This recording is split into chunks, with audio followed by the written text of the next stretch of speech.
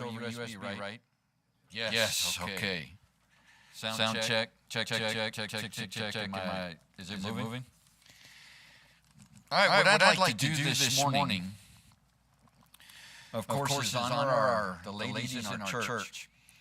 And I was looking at all the different things that I've preached on over the last 15 years.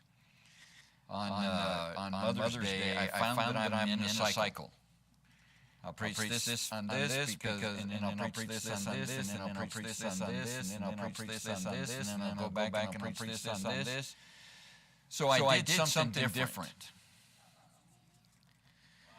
Yes. And I'm going to have a hard time.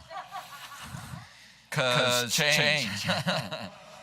So normally what I've done is, of course, pick a mother that we would look at, or I took the word mother and made it an acronym. Well, this time what I did was take the word ladies and made an acronym out of that. And so we're going to take the word ladies and we're going to see in the scriptures how you women need to be right.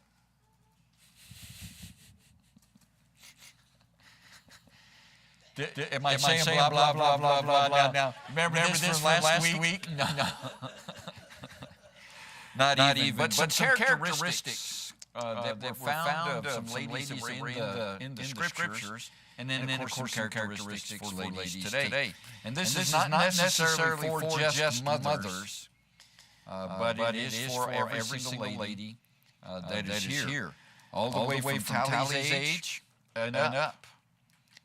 And so this is applicable to all of us. And so again, if you're taking notes, just put the word ladies down like this, and then I will give you what each letter is, and then I'll give you a main verse for it, and then I'll preach on that subject. All right, so let's go ahead and start. The L for ladies is loving. The L for ladies is loving. Put down Titus chapter 2, verses 3 through 5. All right, so if you're taking notes, ladies, the L is loving, and Titus chapter 2, verses 3 through 5. The well-stricken in years women. Is that what it says? So go with me to Titus chapter 2. And you can correct me. Wait, I came up with I found another biblical reference to the aged, right? To those of you that are well-stricken in years. And I may have shared this, but I was going through the book of Job, and I got to the end of Job, and it said Job was full of days. So I won't refer to you now as well-stricken in years. I'll just say that you're full of days. But in Titus chapter 2, verses 3 through 5, it says, the aged women likewise, that they in behavior as becometh holiness, not false accusers, not giving much wine, teachers of good things, that they may teach the young women to be sober, to love their husbands, to love their children, to be discreet, chaste, keepers at home, good, obedient to their own husbands. Tangi? That the word of God be not blasphemed. What does that say there, Tangi? What's the applicable phrase for you? But verse number 4 is where we get the loving is. The older women are to teach the younger women how to love their husbands and how to love their children. So that tells me it's not natural for a woman to love her husband or her children. I remember a comedian way back, and I think I remember who it is, but when his first child was born, they both said, "Kill it."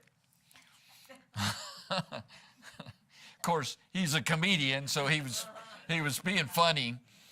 But we need to learn how. We don't need to learn to. We need to learn how. How do you love your husband? Right? And how do you love your children? The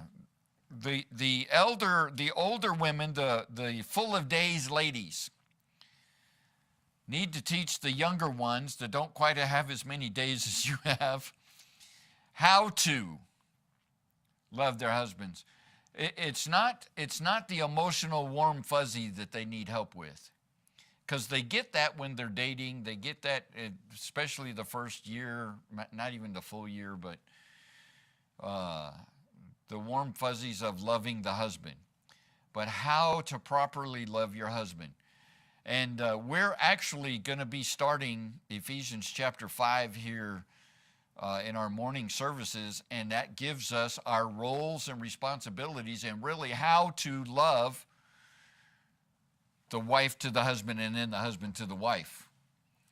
And so we're going to actually learn that, but the older ladies that have survived marriage for as long as you have ought to be able to teach the younger ones how they can survive their marriages too. Right? I mean, that's just kind of putting it basically. And the way we do that is we learn how to love one another. And so that first word, loving, you full of days ladies need to teach the not so full of days ladies how to love.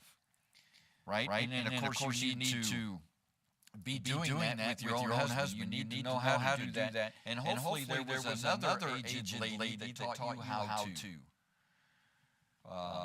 I guess, and just by observation, there's not a lot of older ladies teaching younger ladies how to do things. And we need to get back to that.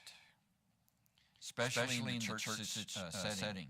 We need the older ladies to teach the younger ladies how to do things, how to love, how to interact, how to do the rest of these things in here. Do you know how to be sober? Now this is talking about non-alcoholic. Right? Do you know how to be serious-minded about the things of God? That's what that sober means. What's the next one? To love their husbands, to love their children, to be discreet. Right? When you find out a juicy tidbit, what's the first thing you want to do? Now this isn't just ladies. What do you want to do? Yeah, go tell it on the mountain. Right? We take these hymns, we apply to that. Go tell it on the mountain. The discreet is that's not what we do. All right? To be chaste, that means that you're pure. Your husband is the only one that you give your body to be keepers at home. In our day and age, man, it's almost like in the economy, both parents have to work. But if at all possible, one of the two parents needs to stay home and take care of the children. Right? And good. Do you know how to be good? How do we learn how to be good? Well, we learn that from the Word of God. Obedient to their own husbands. When we get into Ephesians chapter number 5, that word own is important. If it just said obedient to husbands, then who potentially would you have to listen to? Every other man that's married. Right? Now, scripturally there are three men that you need to obey. Who are the three men? No.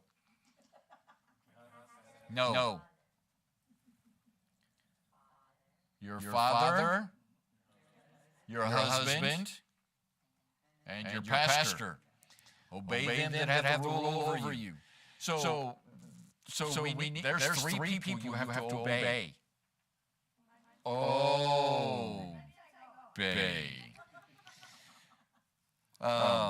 And so obedience to your own husband is important. But your father as well, you need to honor him until he dies. That's part of honor your father and your mother. All right, that never stops. And then, as we mentioned, your pastor as well, that the word of God be not blasphemed. All right, what about biblical love? Is that a shallow thing, or is that a fairly intense, deep thing? Yeah, 1 Corinthians chapter 13 is all about that, right?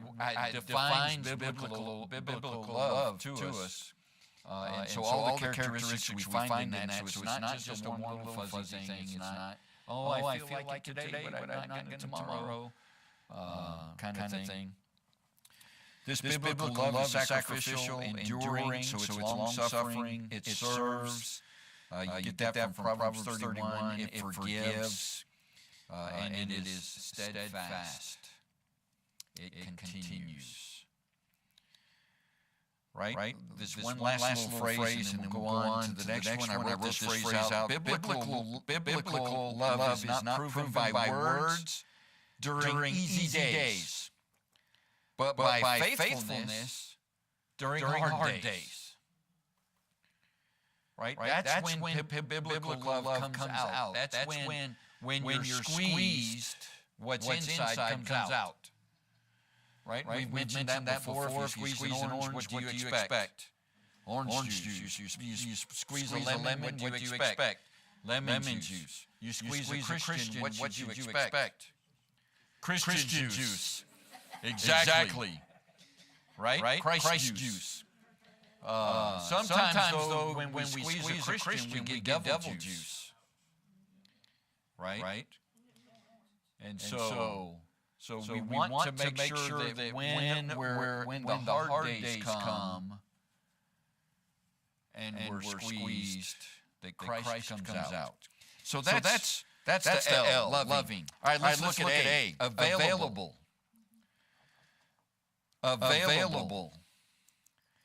And then put Isaiah 6:8 down next to it. So the A is available, and then Isaiah 6:8. And most of you should be able to quote this verse. Isaiah chapter 6, verse number 8. Let's take a look at it. While you're turning there, you know what ability God is looking for in anybody, not just ladies. Is he looking for the skilled worker? What ability is he looking for? What we're talking about, availability. Are you available to be used of God? Isaiah chapter 6 and verse number 8. Now this is referring to Isaiah, but we can certainly put ourselves in his place. Right? Isaiah chapter 6 and verse number 8. Also I heard the voice of the Lord saying, Whom shall I send? And who will go for us? Then said I, Here am I, send me. So ladies, have you said that to the Lord? There is a world out there that is dying and going to hell, and there's a message that needs to be given out. And ladies, it really, there are some people that you can reach that I can never reach. There's some people you can speak to that I can never speak to, or they would never speak to me. And so ladies, have you made yourselves available to the Lord? And when he says go, do you say, Here am I, send me? Or no, choose somebody else? The Lord's looking for available ladies to go out into the work for him. Have you made yourself available? There are several different areas you can make yourself available in. You can make yourself available to serve. Right? Are there things you can do in the church to serve? Are there things you can do in your home to serve? Now, I'm speaking to the ladies. What do you do in the house? You're a glorified servant. And sometimes not even glorified. You can make yourself available to pray. Right? How many times do I send out a text about praying for one another? Ladies, you can make yourself available to pray. You can make yourself available to help. Right? And so we're having VBS coming up. We're having Fifth Sunday coming up. You can make yourself available to help in preparation. in that. You make yourself available to teach the younger ones, to encourage, and then to minister. So serve, help, and minister to me are synonymous. We can certainly do those things to help others around. All right, the D in ladies, the D, devoted.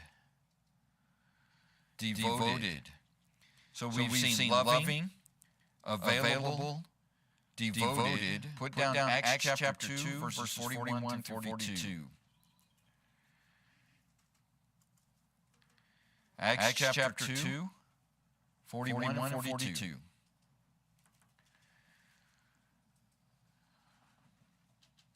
Devoted. What does the word devoted mean to you? Doesn't that mean sticking to it? When we're devoted to something, that means we give ourselves to it. Acts chapter 2, verses 41 and 42, these are well-known verses. Says then they gladly received this word, were baptized, the same day they were added unto them about 3,000 souls. Do you think there were ladies in that group?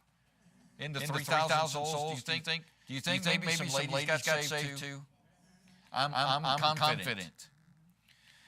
And then what happened? And they, do you think ladies are contained in that day? Continued steadfastly in the apostles' doctrine and fellowship, and in breaking of bread, and in prayers. What were they doing? Well, they were continued steadfastly. That's a good definition of devoted. They continued steadfastly in the apostles' doctrine. What was the apostles' doctrine? Jesus Christ came, was crucified, was buried, and rose again the third day. And we need to live like Him. Right? So devoted. What can you be devoted to? What's your relationship with the Scriptures? Can we be devoted to reading the Scriptures? I mean, that ought to be the source of everything that we know about Christ and everything that we understand about God and understand about what we should be doing. So we need to be devoted to the Scriptures. We mentioned this before. Be devoted to praying. Pray for your family. Pray for your husband. Pray for your kids. Pray for your grandkids. Some of you even have great grandkids. Pray for them. Anybody have great-greats? No great-greats yet? Okay. Great-greats. You can pray for them, be devoted to your church, to your family, and then be devoted to Christ. Okay. Easy things for us to understand. Hard for us to be devoted to some of those things sometimes, is it not? All right, ladies. L is loving. A is available. D is devoted. I, influential. Influential. Right? That's kind of a weird spelling on that. So INFLUENTIAL. Influential. Write down 2 Timothy chapter 1 and verse 5. So influential. 2 Timothy 1, 5. And then as soon as you write it down, go ahead and turn there, 2 Timothy 1, 5. And these two ladies in this verse are usually ladies that I preach about on Mother's Day. 2 Timothy 1, 5, when I call to remembrance the unfeigned faith that is in thee. So Paul is speaking to Timothy. And he's talking about his unfeigned faith. Right? His real faith, his strong faith, which dwelt first in thy grandmother, Lois, and thy mother, Eunice. And I am persuaded that in thee also. Where was Timothy's father?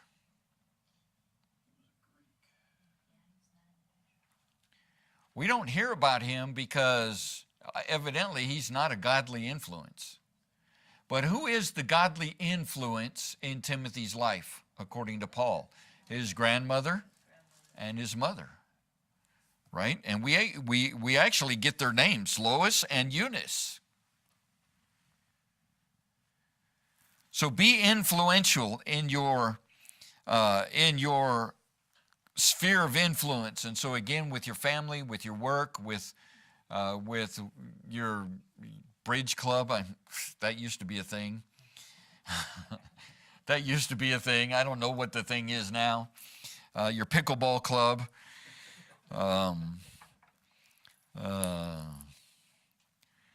Your Facebook group. Be influential in that. Of course, be influential for Christ. But how can you be influential?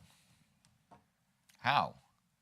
You can be influential in the way that you speak, the words that you use, the example that you set, your habits. Do you have good habits or bad habits? Okay. Now, eating a chocolate a day or even 2 chocolates a day is not bad. Cramming the whole bag down your throat each day is a bad habit. All right? Everything in moderation. Smacking your husband is not a good habit. Needed sometimes, but not a good habit. All right? And then you can be influential or a good example in your spirit. Do people see Christ when they see you, or do they see somebody else? And then, with your consistency, are you faithful? Are you faithful? A little saying that I wrote down after that: a mother may never lead a nation, yet still shape one from her home. Right? You've heard behind every great man is a great woman or a woman pushing him. Right? Sometimes that's a mom. A lot of times that's a mom.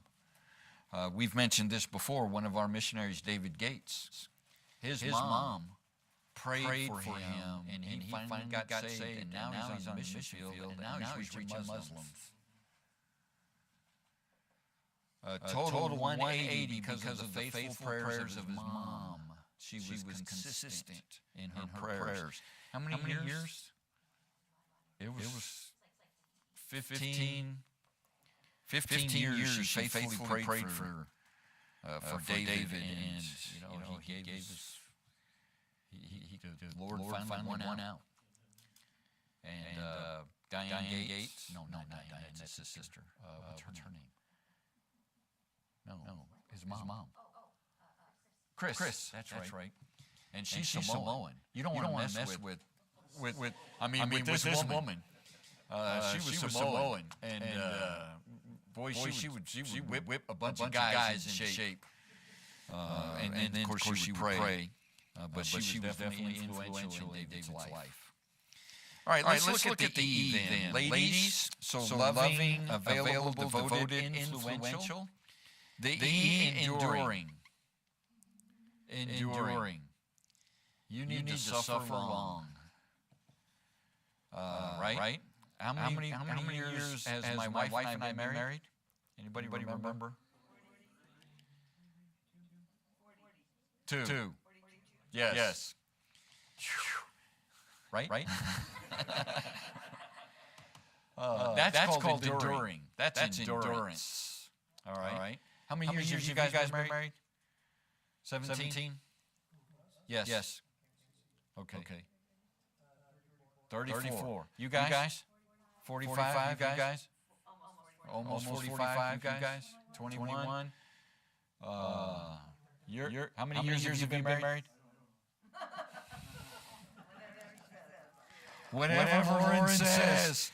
All right, I'm just using that as an example, all right? Enduring. Sometimes endurance. Now, how long have you been a Christian? Okay.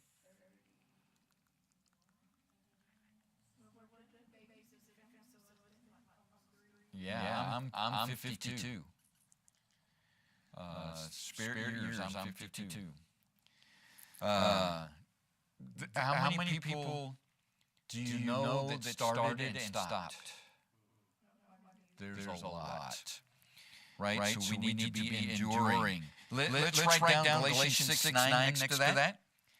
Galatians 6:9. And then once you write it down, go ahead and turn to it. Galatians chapter 6 and verse number 9.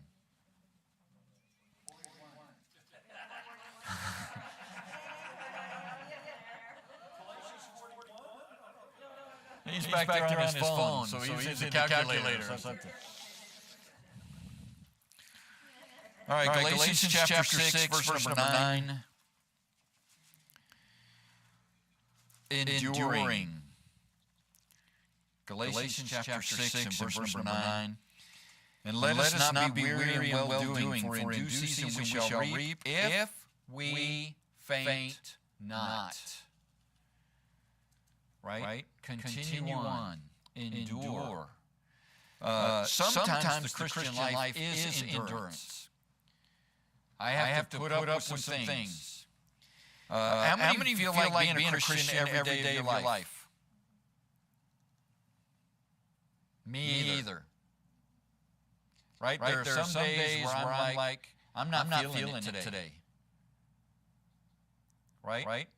Especially when I'm going through trials, or afflictions, or sickness, or financial problems, or fill in the blank.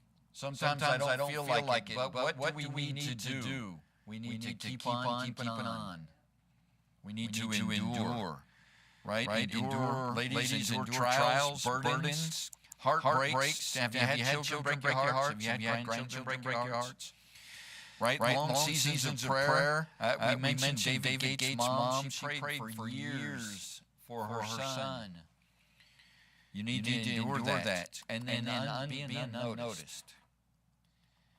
There are some times when ladies, you're just not noticed for all the stuff that you do. And men, we're really bad at this. You know when I notice all the things that my wife does? No. When she's at a ladies' conference for 3 days, and I have to take up her jobs. Do you know how much stuff this woman does before she gets her coffee? Do you know how I know? Because recently I was doing it all. And I'm like, we need to endure even though we're not noticed. Right? Just keep on keeping on. You know who does notice? Yeah, that's right. The Lord notices. He's got an account of every single thing that you've done. And He's going to give you a reward for that. Keep on keeping on. Endure. All right, and then the last one. Almost equal to that. So ladies, L, loving, A, available, D, devoted, I, influential, E, enduring, S, stay faithful. Stay faithful. And then put down John 19:25. And I like the reference to this. When I came across this verse, I really like what it's referring to. Stay faithful, John 19:25. That was a good year, by the way. John 19:25, and then let's go to John 19. Look at verse 25. And of course, we're at the crucifixion.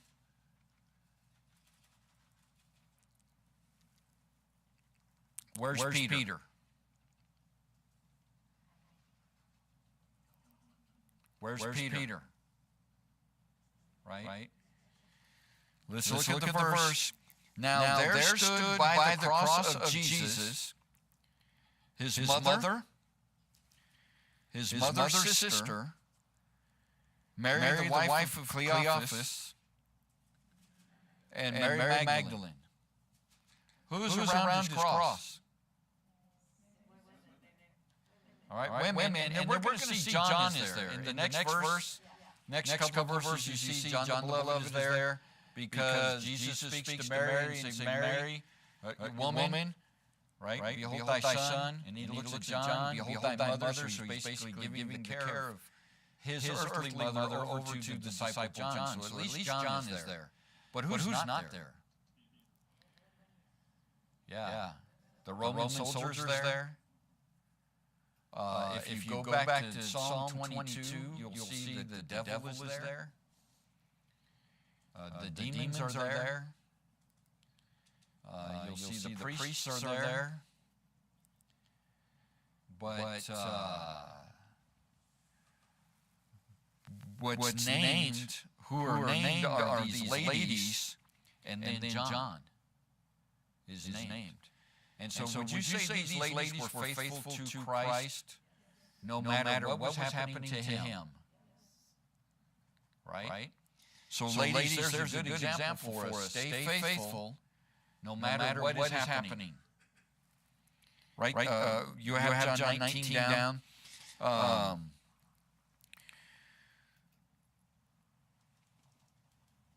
What are some things you can remain faithful to? Of course, you can stay faithful to God, stay faithful to the truth, stay faithful in prayer, stay faithful to your family, and stay faithful to your church. There's a lot of stories, and I've mentioned this before, there's a lot of stories that I come across on my news feed where women are abandoning their families. Right? They abandon their children. Not only abandon them, but they're killing them. Killing their families. I just read another story where a 12-year-old girl killed her whole family and then was threatening to kill, going to shooting spree in her school. She's a 12-year-old girl. Right? Now, there's some full of days ladies that are not teaching the younger ladies. And these younger ladies are getting these whacked out ideas from somewhere. And so they're being fed by somebody else. And what we need are some ladies to stay faithful to the younger generation. Pass it on. Pass it on. We'll end with this. One of the greatest compliments heaven can give a woman is simply this: she stayed faithful. It is required in a steward what? That a man stay faithful. Right? And so the greatest compliment that you're going to receive at the judgment seat of Christ: well done, thou good and faithful servant. So stay faithful. Right? So ladies, we have the acronym loving, available, devoted, influential, enduring, stay faithful. Just a little encouragement today on this Mother's Day, honoring all of our ladies. And I mentioned in my introductory remarks, you know where else, if you're not a mother of a child, do you know who needs you today to be that motherly influence? The kids that are in our church, the younger generation that's in our church. So mothering doesn't necessarily mean you gave birth, but it certainly does mean acting like one to others. Right? I liken it to this. You got to brood. Right? You got to brood little chicks, put them in under your wing, and take care of them. Right?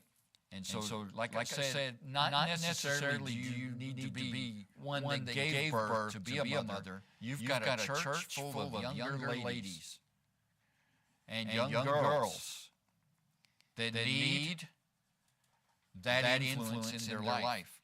And you may say, well, what can I teach them? Your life experience. Right? Tell them how you got to be a Christian. Tell them how you endured. Because each one of our stories is different. The only one theme that is central to everybody is Jesus Christ. But circumstances are certainly different, and you might influence the life of one of these younger ones because of what you've gone through, and they're going through it. Help them out.